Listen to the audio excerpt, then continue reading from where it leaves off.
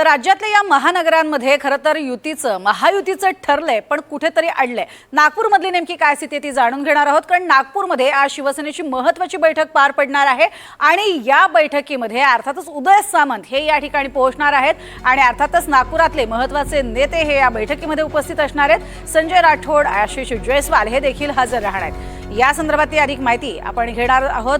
आमचे प्रतिनिधी सध्या आपल्या सोबत आहेत। या संदर्भातली माहिती प्रवीण मुधोळकर यांच्याकडून घेणार आहोत। प्रवीण, काय नेमकी नागपुरातली सध्याची स्थिती आहे? आज शिवसेनेची तर बैठक होणार आहे, पण सध्या एकंदरीत बलाबल पाहता कशा पद्धतीने एकमेकांशी तडजोड करण्याचा प्रयत्न सुरू आहे?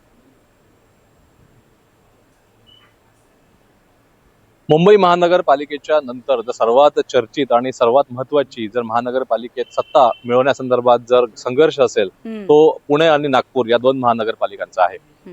नागपूर यासाठी मुंबई महानगरपालिकेच्या नंतर आहे, कारण गडकरी, फडणवीस, बावनकुळे आणि राष्ट्रीय स्वयंसेवक संघाचं हे मुख्यालय आहे। त्यामुळे एकंदरीत या सगळ्या पार्श्वभूमीवरती आपण पाहू शकतो की नागपूर महानगरपालिकेची निवडणूक जी आहे ती भाजपसाठी अत्यंत महत्त्वाची आहे। दुसरीकडे जर आपण पाहिलं तर शिवसेना जेव्हा एकत्र होती तेव्हा फक्त एकच जागा शिवसेनेला मिळाली होती। त्यामुळे आता शिवसेनेचे दोन भाग झालेले आहेत, त्यामुळे त्यांना किती जागा द्यायच्या यावरूनही सगळे प्रश्न जे आहेत ते उपस्थित केले जात आहे।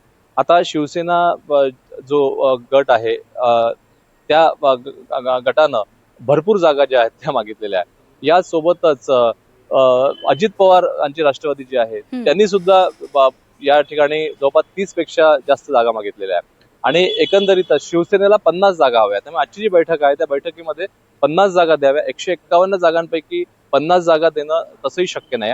दुसरीकडे भाजपचे नेते मंडळी जे आहेत स्थानिक, त्यांचं म्हणणं असं आहे की एकही जागा देऊ नये शिवसेना आणि राष्ट्रवादी ज्या महायुतीमध्ये आहे। त्यामुळे एकंदरीतच आता 5000 फॉर्म भाजपच्या वतीनं कार्यकर्त्यांनी विकत घेतलेले आहे आणि मागच्या वेळेसही तीच परिस्थिती होती 7 वर्षापूर्वी आणि मुलाखती 3500 झाल्या होत्या।